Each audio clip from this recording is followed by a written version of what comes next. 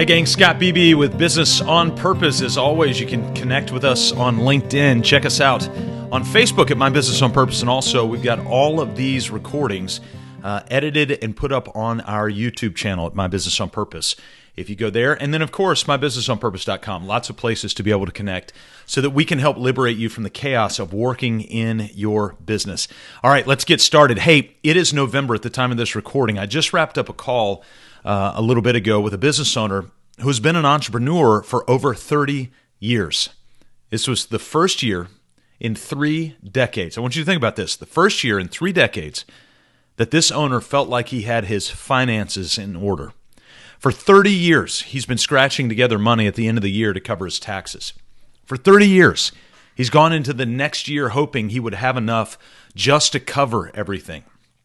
For 30 years, he didn't know if he was making money or not. Yeah, the net income read positive, but did it translate into real cash that he could do something with? For 30 years, he kind of had everything together, but did not have everything together. So what I'm about to share with you is what he began doing about a year ago, and it's changed his business. In fact, he's told me it's changed his marriage, and it's changed the opportunities he now has to grow his business according to the vision that he really sees. Because after he started doing all of these things, what ended up happening was it created opportunity. When we have margin, it creates opportunity. Sometimes it's good, sometimes it's not good. But in this case, it's been very, very healthy for him. Oh yeah, and his team gets to benefit from the growth as well. So the reality is, rarely does school train any of us in the reality of owning a business, which is why we built the Business on Purpose roadmap. It's why we put that together in the first place. It is the map where every new and seasoned business owner needs to journey through in order to run a business on purpose instead of having the business run them. So we walk through this map. Now, we've taken a few destinations along the roadmap and strategically kind of string them together to help you think through how to work through your year-end responsibilities. So again, at the time of this recording, it's November, but whenever you're listening to this throughout the year, I want you to go ahead and make a notation that, hey, when I get to about October, November, I need to start doing these 6 things. So these are 6 things that we need to put in place to make sure that you're ready to go in preparation, not only for year end of this year, but also in preparation for everything that's going to be coming out for next year. So first, let's walk top, and we'll go all the way down to the bottom. You've got to have your written vision story. If you do not have a written vision story, you've got to begin there. If you do not have a written vision story, you and your people and your customers will scatter. It's proverbial. It's just what's going to happen. Your vision is a detailed snapshot of the future of your business. It's not your mission. That explains why you do what you do. Your vision is also not your values. Those are the curbs on the side of the road to make sure you stay true to where you're going. So we've got to have a written vision story. Second, we've got to determine your 2020, what we call your financial barn. There's a really powerful and kind of humbling story about a rich, young, foolish businessman who decides that instead of living generously, he will opt to build more and more barns to store up more grain. And he was a rural agriculturalist, to store up more grains and goods so that he could, and this is a quote, eat, drink, and be merry. So what was the response to this master plan? The response was simple. You fool. That was it. That was the response. You fool.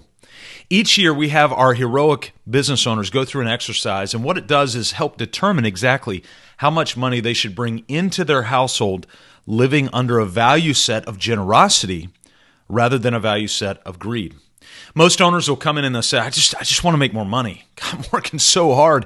I just want to make more money. And my question is really simple. Why? And usually they'll say things like, well, I want to be able to give more. Well, are you going to give more? Because we've seen a lot of situations where people do make more money and they actually give less. And so what's it for? Doesn't mean you can't make more money. That can be a healthy thing. The ultimate question is, what's your plan for the more money that you're going to make? So if you got a plan, then go for it. If you don't have a plan, then you're at risk of being foolish. So add up all the money you would like to spend this coming year on living and savings and giving and investing, hobbies, etc. Put all that into one lump sum number. What's that number? What's that number? Let that be the number that begins to guide you. All right, the third element that we've got to do also is we've got to set up multiple bank accounts. We prefer at least 5 in your business to provide separate locations for the lump sum of money that comes into your business throughout the month, or for some of you all at once. Mike Michalowicz has literally written a book on this. His book, Profit First, a simple system to transform your business from, I love this, a cash-eating monster to a money-making machine. Now again, with the money, we don't want to just make money to make money. We want to generate revenue and profit so that we can do those things in our financial barn. We've heard just about every excuse as to why the multiple bank accounts will not work. And yet we have got loads of examples of business owners just like you across industries and across cultures who now have a real cash profit. They're excited to pay their taxes and to see exactly where each dollar in their business needs to be allocated. So set up multiple bank accounts. The fourth thing that we've got to have you do is set up your level 2 dashboard. Now you might ask, well, what's the level 1? It's actually your bank accounts. So when you've got those multiple bank accounts set up, you pull up your online bank account system. That serves as your level 1 dashboard. Your level 2 dashboard is a simple spreadsheet, just go get a Google Sheet or a Microsoft Excel, simple spreadsheet that you can just put dates on, weekly dates, 11/14, 11/11, 11/18, and every week you just populate the data in there. And you do it around what we call the ABCs: accounts, bookkeeping, and customers. So every week we track our multiple cash accounts to see where we stand in cash as a business. And we always shoot to retain about 3 to 6 months of expenses in cash where we can. That's the accounts. Then weekly, we also post our outstanding receivables and payables on this spreadsheet to see what impact that would have on our cash as well. That's the bookkeeping, the A, accounts, B, bookkeeping. And finally, the C, the customers. We track multiple customer metrics like leads or conversions, follow-ups, downloads, web metrics, whatever it is that you do. In our business, we have podcasts and YouTube. So we track YouTube views, podcast downloads, just to have our finger on the pulse of where you are and what you're doing so that we can make sure that we serve you well. The fourth element, the fifth, is we want you to write out a simple budget. And I mean really, really, really simple. So there's 4 major questions we're looking for you to answer in this simple budget. Number 1, how much in cash profit do we need to be generating? Go back to that financial barn we talked about from step 2 above, all right, the financial barn. Second question, where do we need to be spending our money in order to generate revenue? Remember, expenses are not there just to spend money. Expenses are there to serve our purposes to generate revenue so that we can use that to serve other people. If it's unnecessary or not aligned with your mission, then you probably need to cut it. Third thing we need to answer, what do the answers to the first 2 questions tell us about what our projected revenue should be? See, we always start with projected revenue. I want to make $1.5 million because last year we made $1.3 million or whatever your numbers are. But we don't really know why. We think maybe businesses should grow 10% a year, but we don't really know why. Well, we're actually working backwards. We want you to determine cash profit first, then your expenses, and that will help lead you to the revenue that you want. And the fourth question we want you to answer is, what's your tax liability going to be? If you spend that amount, generate that amount, and have that much cash left, you can talk to your CPA, and they'll usually do a good job of helping you come up with your predetermined quarterly tax liabilities. I'm not talking about payroll tax. I'm talking about taxes on the business. So set up a meeting with your CPA. That's a wise investment to help you work you through these things. And please do not wait on what we call this December surprise, that surprise phone call from your CPA that says, hey, I just need a check for $28,542 so we can pay your taxes. Let's get ahead of that if we can.